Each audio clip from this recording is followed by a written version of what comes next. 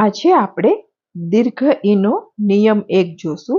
દીર્ઘ ઈ એટલે કે લાંબો ઈ, જેનો ઉચ્ચાર છે, જેનું પ્રોનાઉન્સિએશન છે એ લાંબુ થાય છે, એને આપણે દીર્ઘ ઈ કહીએ છીએ. તો ચાલો જોઈએ એનો નિયમ 1. તો દીર્ઘ ઈનો નિયમ 1 આ પ્રમાણે છે કે શબ્દના અંતે આવતો ઈ દીર્ઘ ઈ થાય. શબ્દના અંતે એટલે કે શબ્દ એટલે કે આ વર્ડ્સ અને એના છેલ્લે આવતો જે ઈ હોય એ હંમેશા દીર્ઘ આવે, એટલે કે દીર્ઘ વાવલ સાઈન આપણે આ મૂકવી પડે, દીર્ઘ ઈની વાવલ સાઈન. બરોબર છે. તો અહીંયા આપણે થોડાક એક્ઝામ્પલ આપીએ છીએ, એ જોઈએ. તો પેલું છે સખી, એમાં સ અને ખી, તો ખ છે એ ખી પ્રોનાઉન્સ થાય છે, એટલે આપણે એને દીર્ઘ ઈની વાવલ સાઈન મૂકી છે, દીર્ઘ ઈની માત્રા મૂકી છે. પછી છે હાથી, હાથી એટલે કે એલિફન્ટ, તેમાં આ શબ્દ છે હાથી એ વર્ડ છે, અને એમાં જે છેલ્લો છે થ એ થી એટલે કે ઈ પ્રોનાઉન્સ થાય છે, ઈ ઉચ્ચાર થાય છે, એટલે આપણે એને દીર્ઘ ઈની વાવલ સાઈન મૂકી છે. એના પછી છે સાડી, સાડીમાં ડ છે એ ડી પ્રોનાઉન્સ થાય છે, ડી ઉચ્ચાર થાય છે, એટલે ડી એટલે કે આપણે ઈની વાવલ સાઈન મૂકવી પડે, તો એ જે છેલ્લે આવે છે એટલે આપણે એને દીર્ઘ ઈની વાવલ સાઈન મૂકે છે. પછી છે માખી, માખી એટલે કે ફ્લાય, તો માખી, જો ખ છે એ ખી પ્રોનાઉન્સ થાય છે, એટલે કે વર્ડ્સ છે અને વર્ડ્સને એન્ડમાં, શબ્દના અંતે એટલે કે વર્ડ્સને એન્ડમાં જે આ ખ છે એ ઈ પ્રોનાઉન્સ થાય છે, એટલે આપણે એને દીર્ઘ ઈની માત્રા મૂકી છે, દીર્ઘ ઈની વાવલ સાઈન મૂકી છે. એના પછીનો જે શબ્દ છે એ અહીંયા છે ખાલી, ખાલી એટલે કે એમ્પ્ટી, સો ખાલી, લ છે એ લી ઈ પ્રોનાઉન્સ થાય છે. બરોબર, આપણે લ ને આપણે દીર્ઘ ઈની વાવલ સાઈન એટલે કે માત્રા મૂકી છે. એના પછીનો શબ્દ છે બારી, બારી એટલે કે વિન્ડો, તો બારી, ર છે એ રી થયો, એટલે રી ને આપણે દીર્ઘ ઈની વાવલ સાઈન મૂકી છે. એના પછીનો શબ્દ છે નદી, નદી એટલે કે રિવર, સો રિવર ને આપણે નદી, દ છે એ દી પ્રોનાઉન્સ થાય છે, દી એટલે કે ઈ પ્રોનાઉન્સ થાય છે, એટલે આપણે એને દીર્ઘ ઈની માત્રા મૂકી, દીર્ઘ ઈની વાવલ સાઈન મૂકી. પછી છે જાડી, જાડી એટલે કે ફેટ, એટલે જાડી, સો ડ છે ઈ પ્રોનાઉન્સ થાય છે, એટલે આપણે આ ડ ને દીર્ઘ ઈની માત્રા એટલે કે દીર્ઘ ઈની વાવલ સાઈન મૂકી. પછી છે કાકી, કાકી એટલે કે આંટી, એને કાકી, કી છે ઈ પ્રોનાઉન્સ થાય છે, એને આપણે દીર્ઘ ઈની માત્રા મૂકી છે, એટલે કે દીર્ઘ ઈની આ વાવલ સાઈન મૂકી છે.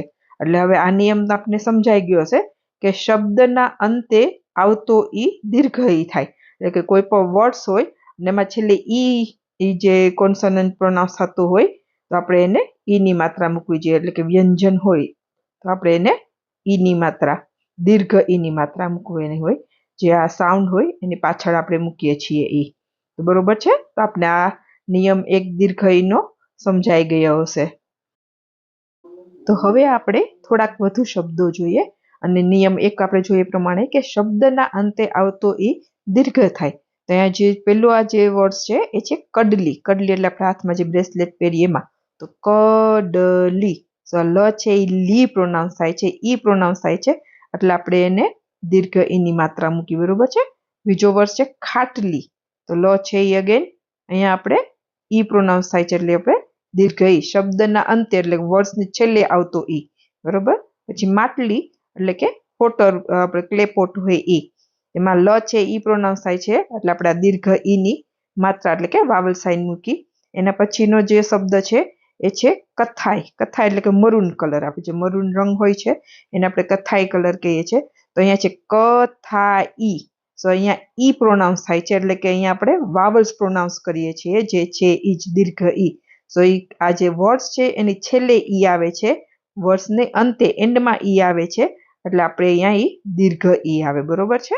તો અહીંયા ઈ પ્રોનાઉન્સ થાય છે, એટલે આપણે એને વાવલ્સ એટલે કે આપણે સ્વર જ મૂકવાનો આવે છે. એની જેમ જ અહીંયા છે કસાઈ, કસાઈ એટલે કે જે એનિમલને જે મારતું હોય એ આપણે એને કસાઈ કહીએ. એ કસાઈમાં છેલ્લે દીર્ઘ ઈ, કસાઈ, સો જે ઈ છે એ દીર્ઘ ઈ આવશે. એના પછી આ ચટાઈ, ચટાઈ એટલે કે મેટ, આપણે મેટ પાથરીએ એ મેટ, તો એમાં ઈ આવે છે, ચટાઈ ઈ, સો ઈ છે વાવલ્સ છે, એટલે આપણે અહીંયા દીર્ઘ ઈનો જ ઉપયોગ કર્યો છે, કે શબ્દને અંતે આવતો ઈ એ દીર્ઘ ઈ હોય. જો એ સ્વર હોય, વાવલ્સ હોય તો આપણે વાવલ્સ જ લખીએ છીએ, પણ જો એ કોન્સોનન્ટ એટલે કે આવી રીતે વ્યંજન હોય તો આપણે એને એની જે વાવલ સાઇન છે આ દીર્ઘ ઈની એ આપણે આપીએ છીએ. અને પછી આ છે ચેતવણી. ચેતવણી એટલે કે વોર્નિંગ આપવી કોઈને. સો ચેતવણી. સ્પેશિયલ સાઉન્ડ હણ છે ઈ પ્રોનાઉન્સ થાય છે. ચેતવણી ણી એટલે આપણે એને દીર્ઘ ઈની માત્રા આપી છે. દીર્ઘ ઈની વાવલ સાઇન આપી છે. છત્રી. છત્રી એટલે કે અમ્બ્રેલા. જો ત્ર છે ત્રી થાય છે એટલે કે ઈ વાવલ ઈ પ્રોનાઉન્સ થાય છે એટલે આપણે એને દીર્ઘ ઈની વાવલ સાઇન આપી, દીર્ઘ ઈની માત્રા આપી. અહીંયા છે જમાઈ. જમાઈ એટલે કે સન ઇન લો. તો અહીંયા છે જમાઈ. તો આ વર્ડ છે એને અંતે આવતો ઈ, એન્ડમાં આવતો ઈ છે એટલે આપણે ઈ દીર્ઘ ઈ લખવાનો. પછી છે જોગવાઈ. જોગવાઈ એટલે કે આપણે પ્રોવાઈડ કરવું, સમથિંગ આપણે પ્રોવાઈડ કરીએ ઈ. તો એ અહીંયા પણ આ વર્ષની છેલ્લે જે ઈ આવ્યો છે, વર્ષને અંતે એટલે કે શબ્દના અંતે જે ઈ છે એ આપણે દીર્ઘ ઈ લખવાનો હોય એટલે કે દીર્ઘ ઈ લખવાનો.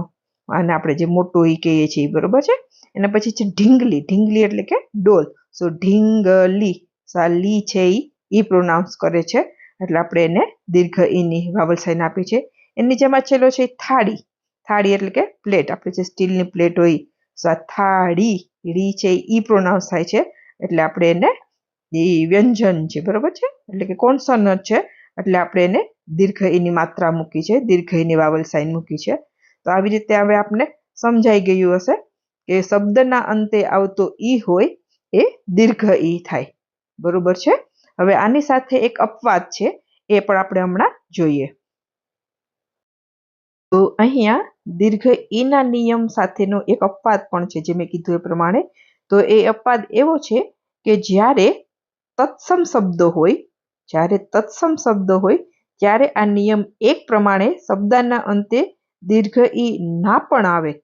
એટલે તત્સમ શબ્દો એટલે એવા શબ્દો કે જે સંસ્કૃત ભાષામાંથી ઉતરી આવ્યા હોય અને જે સંસ્કૃત ભાષામાં જે શબ્દો હોય એ જ રીતે આપણે એને ગુજરાતી ભાષામાં પણ આપણે એનો ઉપયોગ કરતા હોય, યુઝ કરતા હોઈએ. તો એ જે રીતે હોય છે એમ જ લખાય છે. એમાં આપણે કોઈ પણ જાતનો ફેરફાર નથી કરી શકતા. એટલે ફોર એક્ઝામ્પલ આપણે જોઈએ અહીંયા દાખલા તરીકે રીતિ, પ્રીતિ, દ્રષ્ટિ, સૃષ્ટિ, કાંતિ. તો આ બધા જે શબ્દો છે, વર્ડ છે એ પ્રકારના વર્ડ છે કે જે સંસ્કૃત ભાષામાં છે એમ જ આપણે એને ગુજરાતી ભાષામાં પણ લખીએ છીએ. તો આવા જે શબ્દો છે, જે વર્ડ છે એને આ નિયમ એક લાગુ નથી પડતો. પણ આવા જે શબ્દો છે એ ખૂબ જ ઓછા છે જેને આપણે જ્યારે ડિક્શનરી એટલે કે શબ્દકોશ આપણે યુઝ કરીએ તો એમાંથી અમુક શબ્દો આપણે જોઈ લેવાના કે આ જે તત્સમ શબ્દો છે એટલે આનું તત્સમ શબ્દો કોને કહેવાય એની પણ હું તમને ડિસ્ક્રિપ્શન બોક્સમાં એની લિંક નાખી દઈશ. એ વિડીયો મેં બનાવેલો છે તો એને પણ તમે જોજો. તો ખાસ આ તમે જોઈને જ્યારે તમે વાંચતા હો કે જ્યારે તમે લખતા હો તો ત્યારે ચોક્કસ ડિક્શનરીનો ઉપયોગ કરો અને એને તમે જોઈ લ્યો કે આ તત્સમ શબ્દ નથી. તો આ જેનો અપવાદ છે કે દીર્ઘ ઈના નિયમ સાથે આ જ અપવાદ છે કે જ્યારે તત્સમ શબ્દો હોય ત્યારે નિયમ એક પ્રમાણે દીર્ઘ ઈ ના પણ આવે અને એવા શબ્દો આપણે ખૂબ જ ઓછા છે એટલે તમે ચોક્કસ જોઈ લેજો.